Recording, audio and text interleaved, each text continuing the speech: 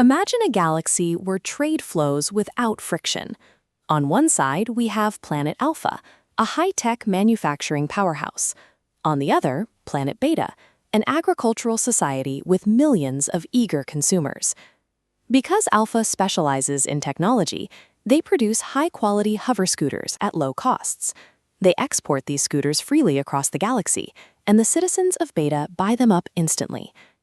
But the government of Beta decides they want to build their own hover scooter factories. They want to nurture an infant industry, a brand new domestic market. The problem is, Beta's local manufacturers are new to the game. They cannot match Alpha's rock-bottom prices. Because no one is buying the local Beta-made scooters, their factory workers face structural unemployment, job losses caused by a permanent shift in the market's demand. To stop the bleeding, Beta's leaders crack open the protectionism playbook. This is the core of protectionism. Governments intentionally place barriers in the way of free trade to shield their own domestic industries and workers from foreign efficiency.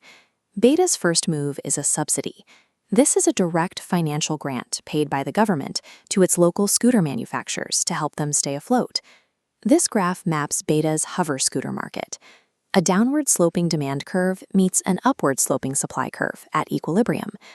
Government cash grants lower factory production costs, shifting the supply curve right, creating a new lower market price. Now, every single hover scooter imported from Planet Alpha gets hit with a 20% fee upon entry.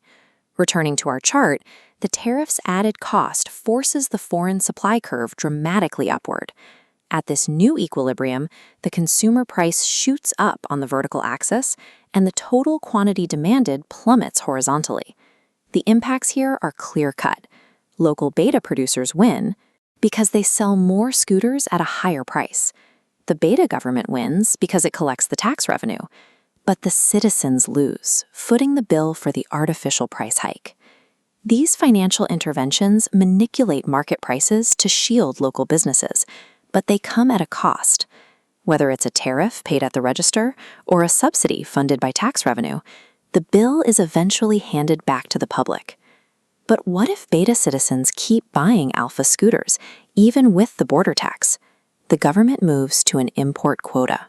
This strips away the financial mechanics and imposes a strict physical limit on the exact number of scooters allowed into the atmosphere each year. On a diagram, a quota is a hard vertical line. This wall abruptly severs the supply curve, capping imports. Once this limit is hit, scarcity organically drives the price up the demand line, achieving a tariffs inflation effect. But here is the crucial distinction you need to remember. Unlike a tariff, the Beta government collects zero tax revenue from a quota. They have simply engineered an artificial shortage. When all else fails, a government deploys the nuclear option, an embargo. Diplomatic relations collapse, and Beta enacts a total ban on all Alpha imports. On a chart, an embargo wipes the foreign supply data completely off the map.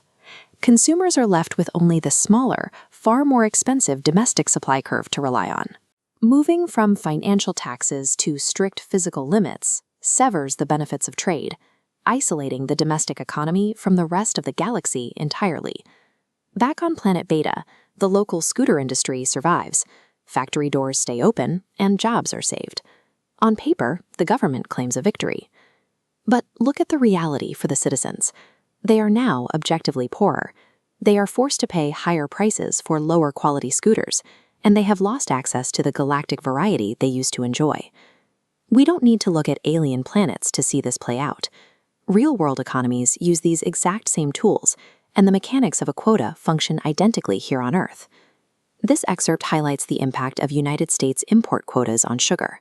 By limiting foreign sugar entering the country, American consumers pay 38 cents per pound for domestic sugar, while the world price sits at 22 cents. Whether we are talking about interstellar hover scooters or everyday groceries, the overarching cost of protectionism is almost always paid directly by the everyday consumer. When you sit down for your economics exam, evaluating these trade policies is all about tracking who wins and who loses. Always remember the golden rule for your essays. The arguments in favor of free trade, like production efficiency, lower prices, and economies of scale, are the same concepts used to argue against protectionism. Let's map our four main tools, tariffs, quotas, subsidies, and embargoes, against three stakeholders, producers, consumers, and the government. Note how a tariff generates tax revenue, while a quota does not. Notice how a subsidy lowers production costs, whereas a tariff raises the import price. Internalizing how these four tools mechanically differ allows for a precise evaluation of which stakeholders win and which ones lose in a trade war.